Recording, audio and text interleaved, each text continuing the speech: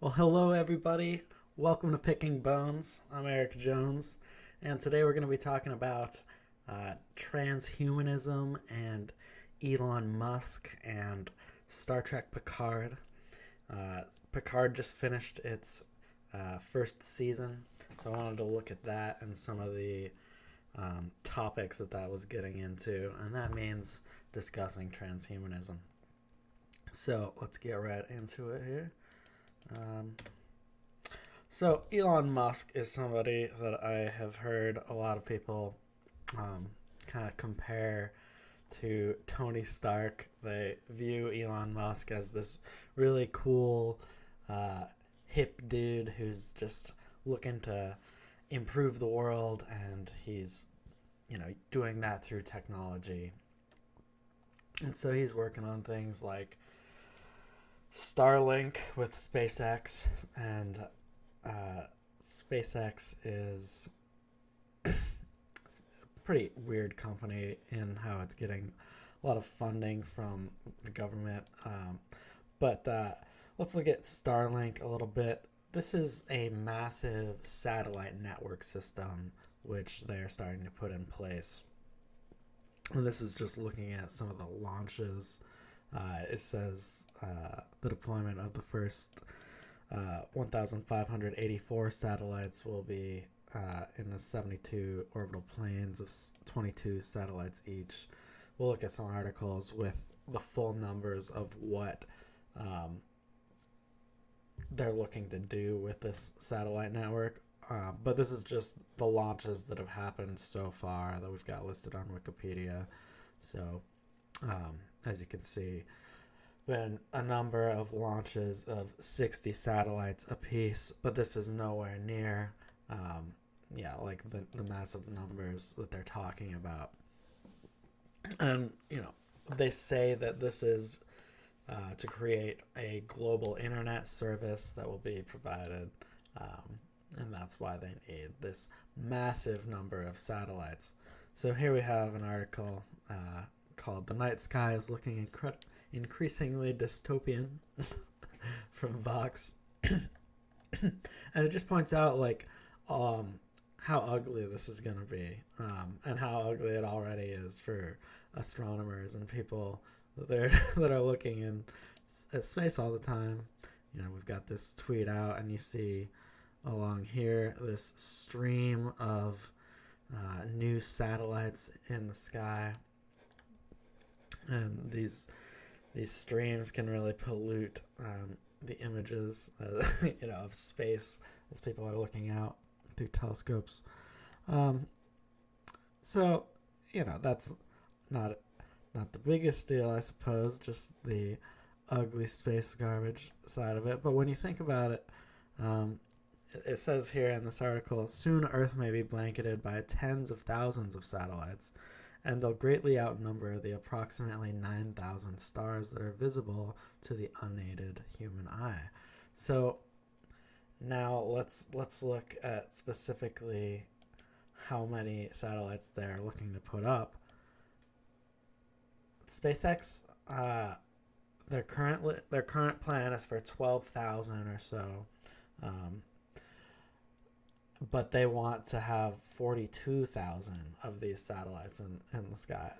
This is just one company that wants to have 42,000 satellites. We also have other companies like Amazon, and some of these other large companies that want to put up thousands of satellites for various reasons, or to be internet providers or other service providers.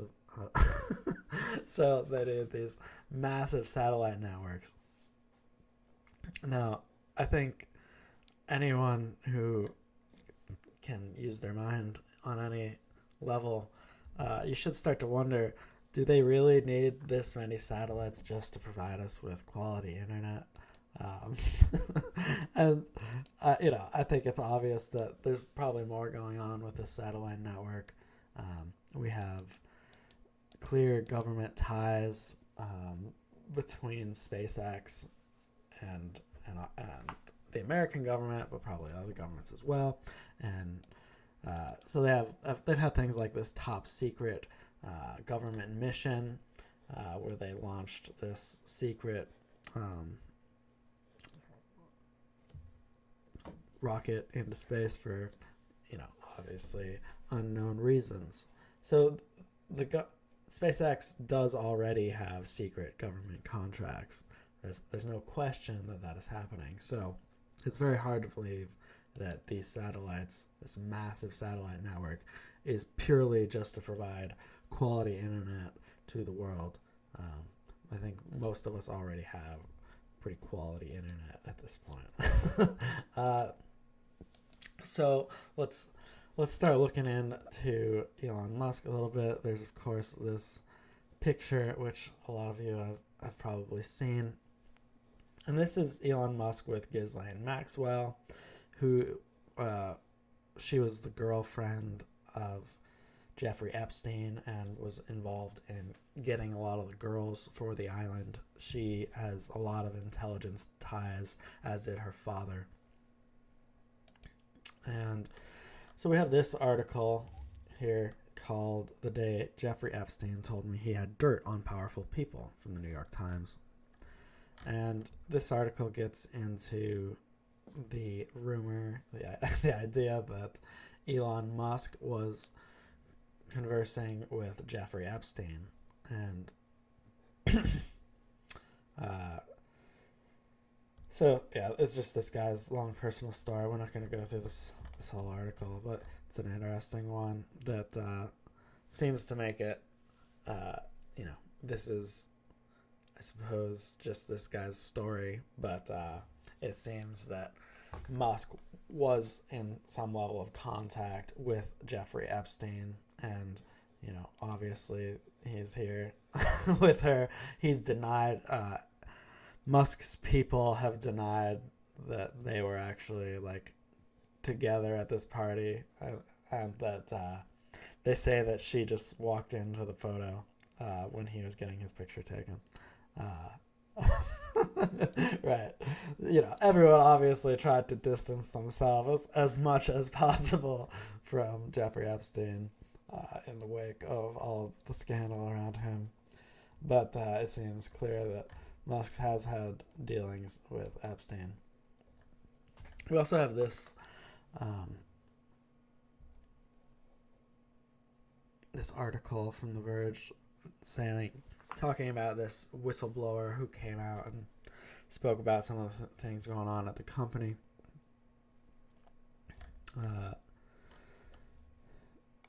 Tesla allegedly covered up drug trafficking and spied on employees at the Gigafactory, whistleblower says. And it just talks about what happened there in that article. And it talks about those investigations focused on claims of massive theft and substantial drug trafficking. The complaint also includes allegations that Tesla spied on employees' electronic devices. So we have this alleged spying going on within one of Musk's companies already. And then we have this later article from 2019. This first one was 2018. And this is talking about how Tesla allegedly hacked, spied on, and followed the whistleblower after he did this, and were trying to smear him. So, some interesting stories going on with some potentially sketchy activity from Elon Musk. But we're focused on this topic here of transhumanism. So Elon Musk says humans must become cyborgs to stay relevant. Is he right?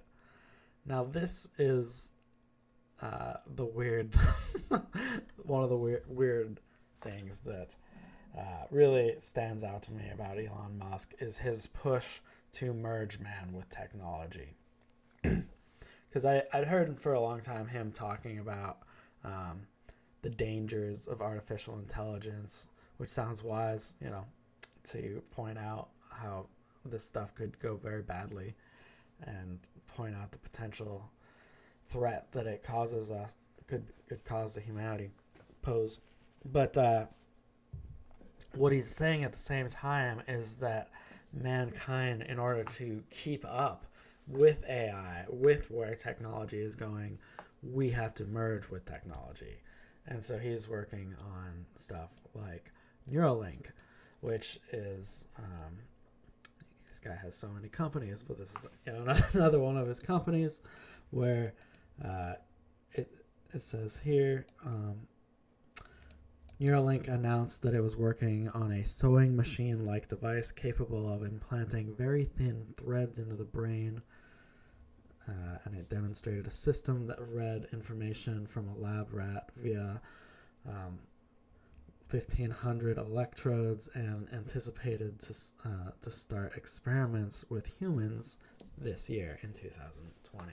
So they're working on this technology which will be directly fused to your brain that will allow you to interface with tech through your mind. So we're really living in a crazy sci-fi world, like where we're seeing all of this, technology that we could only imagine, 30 years ago, or even longer ago. We've had all this science fiction talking about things like this, and it's happening. We've got people really trying to create this, and they think they can do it, and they think that they can do all sorts of things with merging man and technology. And so I find that incredibly creepy. I think that's obviously ripe for abuse. Having this type of technology in your mind that could potentially allow you to interface with other things, well, what about how it could interface with you? What's going to happen to you if you take this technology into you? So I want to look now at some of the modern media which is discussing these issues of transhumanism and mankind merging with technology. And our focus will be largely here on Star Trek Picard, which just finished its first season. So in Picard, I'm just going to spoil this whole season if you care, so you've been warned. You have this girl here, Soji, and, well, there's two girls. Let's not get too bogged down in the details. There's these cyborg women, and this is one of them. Her name is Soji, and this over here is a evil Romulan agent, and he works for an organization that is dedicated to destroying all synthetics because of the threat that they view synthetic life poses to, all living life. And so this whole show is focused around the conflict between life and synthetic life and robotics and the Borg and merging with technology. It's all about this stuff in particular. And the evil villains of the series is this organization that is dedicated to stopping technology. Okay. So this robot android over here, Soji, she can't really remember who she is during the first part of this series, and she's trying to remember what's going on with her.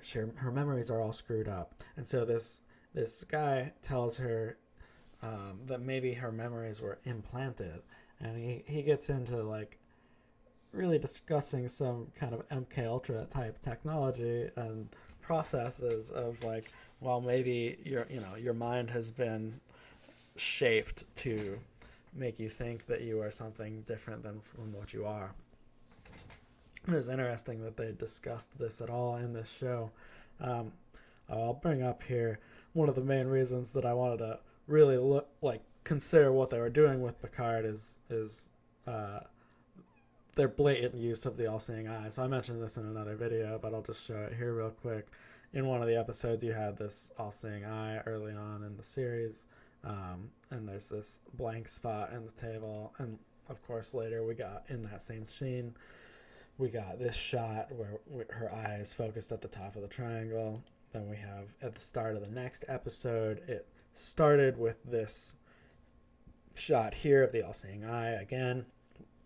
So it really made me think, like, okay, they're being pretty blatant of stamping this show as one of their propaganda tools. So let's try to analyze what's going on with this show.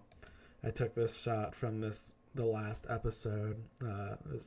Had some butterfly imagery, and the monarch butterfly, of course, is always used for in a lot of mind control stuff. It's because Monarch is supposed to be the name of the follow-up program to MK Ultra. So you always see the butterfly in a lot of stuff that's dealing with mind control. So anyway, where was I? So we have this android trying to remember who she is, and this evil guy. So Picard comes along trying to save the day, and he befriends 7 of 9 from Voyager, and both of these people are actually ex-Borg. Both of them had been assimilated and then brought back to humanity, and so obviously this whole show is very focused on man and technology, and it's really focused on pushing the view that if you are anti robotic life or anti life that has merged with technology, like the Borg, that you're evil. You are the villain, and that's very evil of you. And that's really the focus of this show. That's not just me saying that. The actor here of Jean-Luc Picard, Patrick Stewart, has been very vocal that this show is pushing a certain political message, and that is essentially a comparison to what's going on with the border crisis, and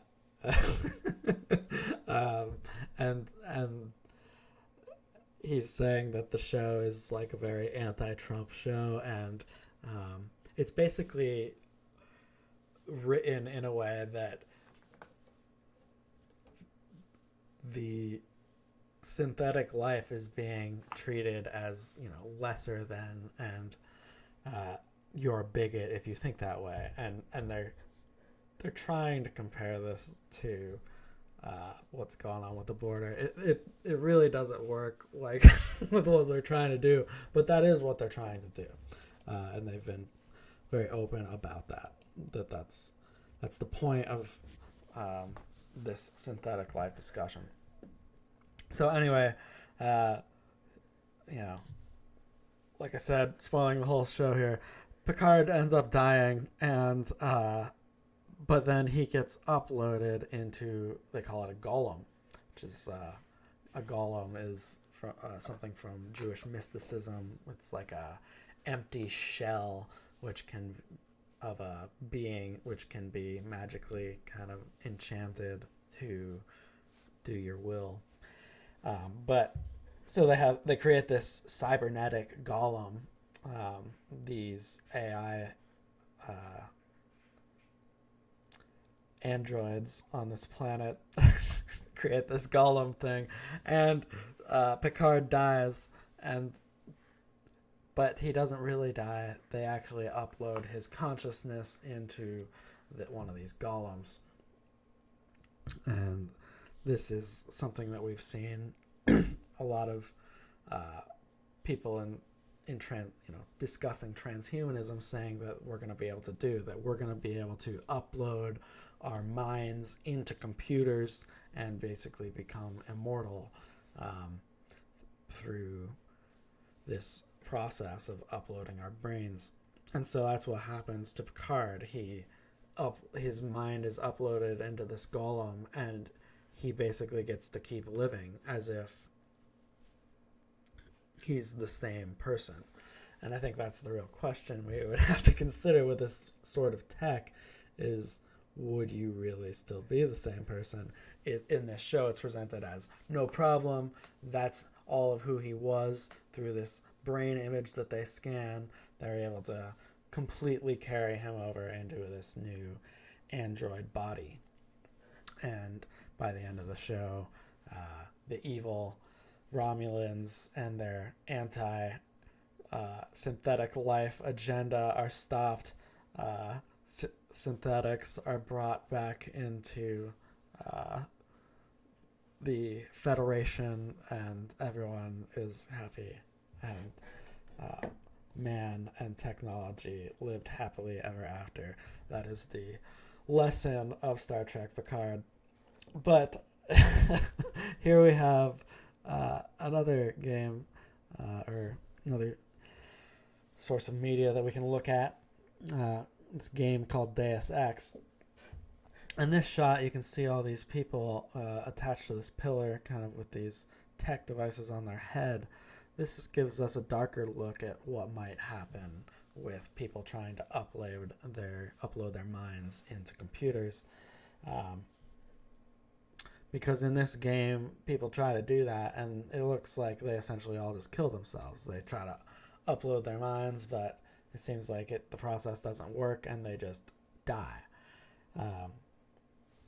So it gives us a darker potential on what might happen there. It is very interesting to think, like, even if they could create that copy, like, based on your brain, like, yeah, would that still be you? I don't believe it would. I believe we also have our soul, and so you're not going to be copying the soul. It's only going to be what they can pick up. So whatever would be created would be something else. But Deus Ex is a series. It's basically conspiracy theories, the game. We'll definitely have to do a full analysis on this series at some point. It's very interesting, but I wanted to talk about some of the concepts here that it gets into.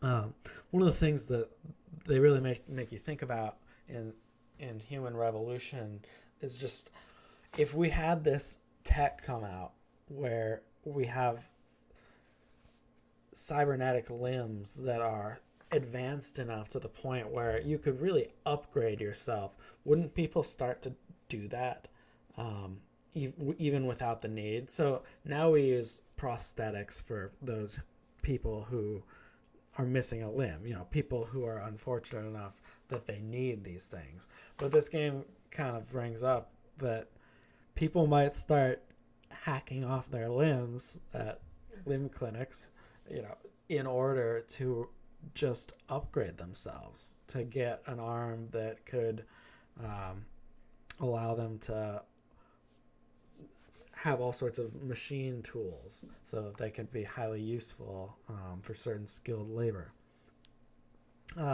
Gets into a lot of really interesting concepts, and it also has this big incident near the end of the first game called the Og incident, where essentially, because so many people have merged with technology and have all this tech linked up to their brain,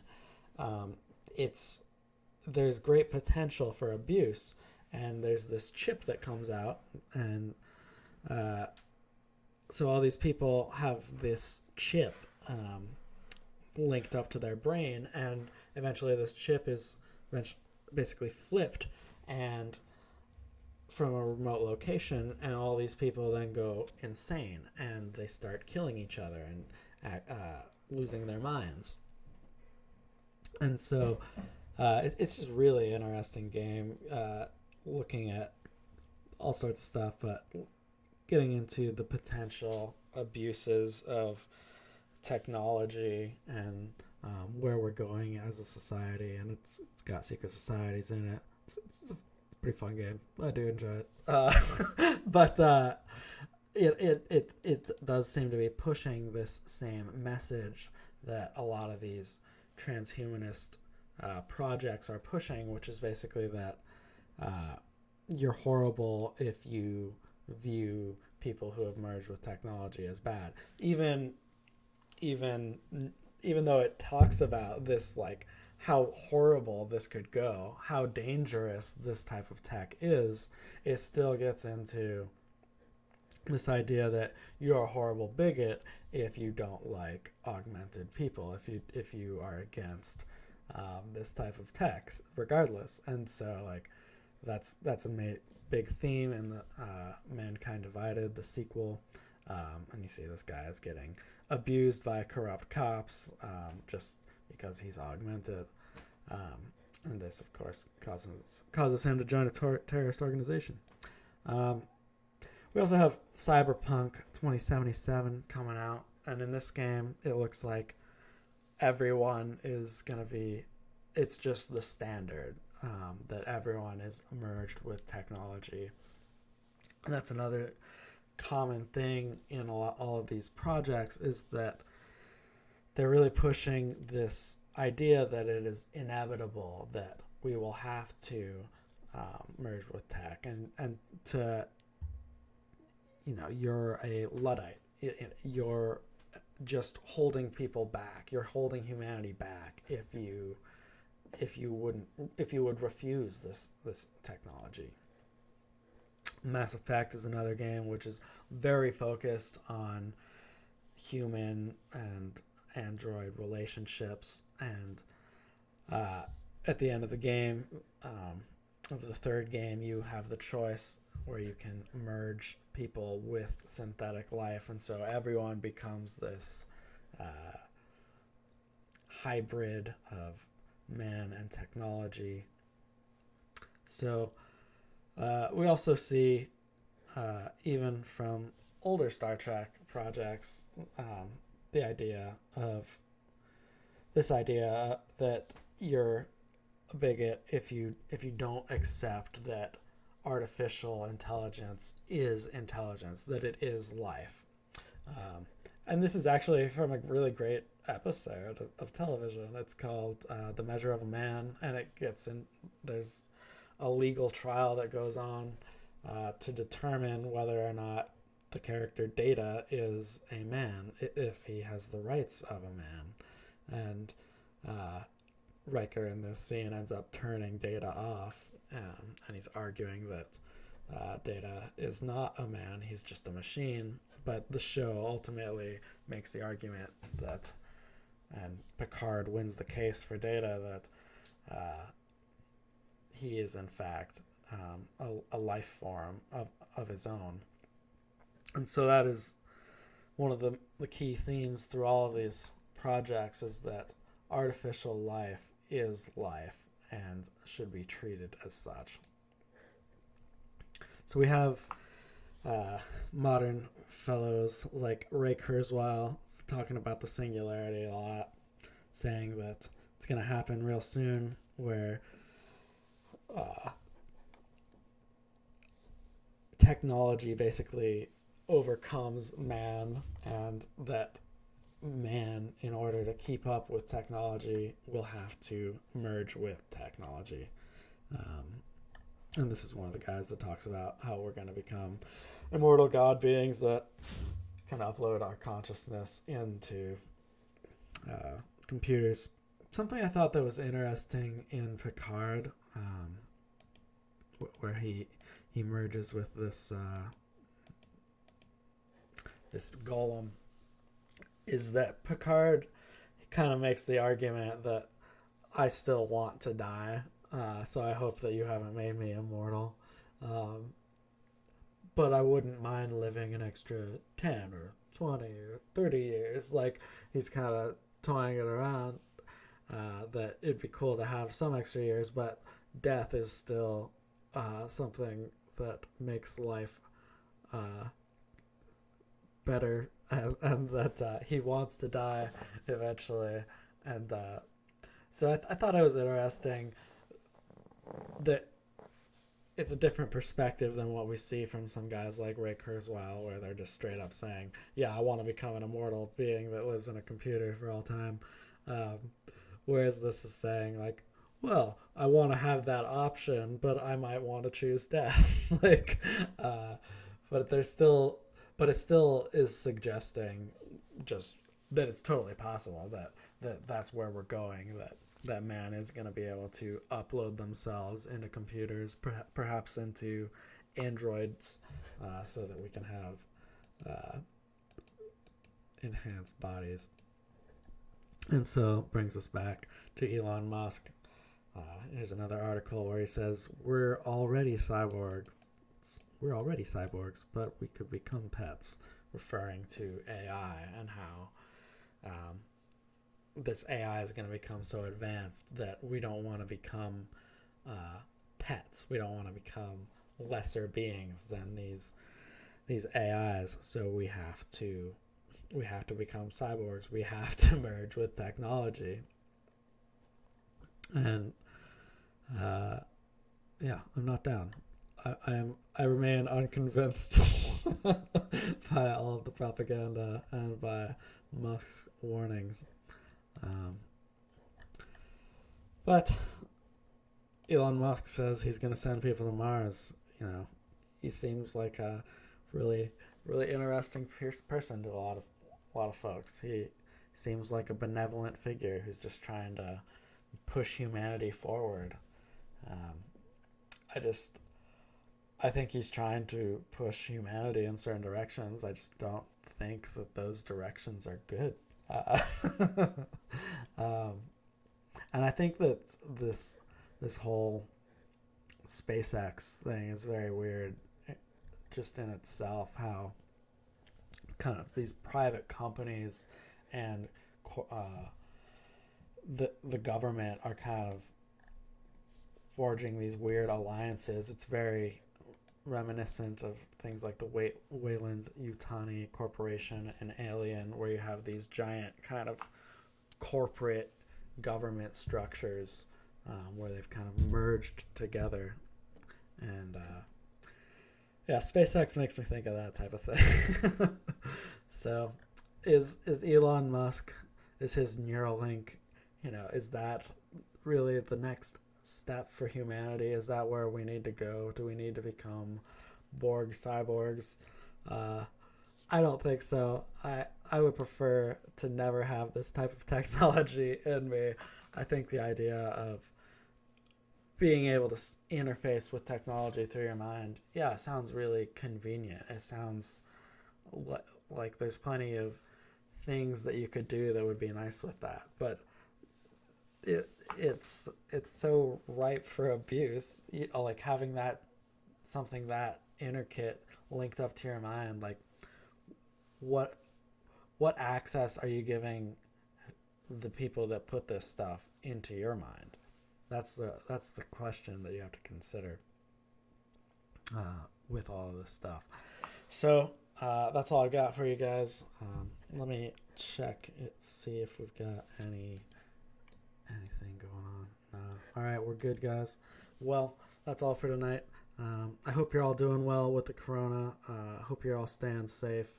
I know this is a really stressful time for some people. I guess we'll do a video covering that at some point soon here. I think we should just try to stay cool. We don't know what exactly is going to happen from all this. Even if the powers that be really do want to use this to push a lot of their dark agenda on the world, we just don't know exactly how it's going to go yet. Let's just chill out, see where things go, and just don't let the stress overwhelm you in this tumultuous time. But I hope you're all staying safe, doing well, and have a great night, everybody. We'll see you next time.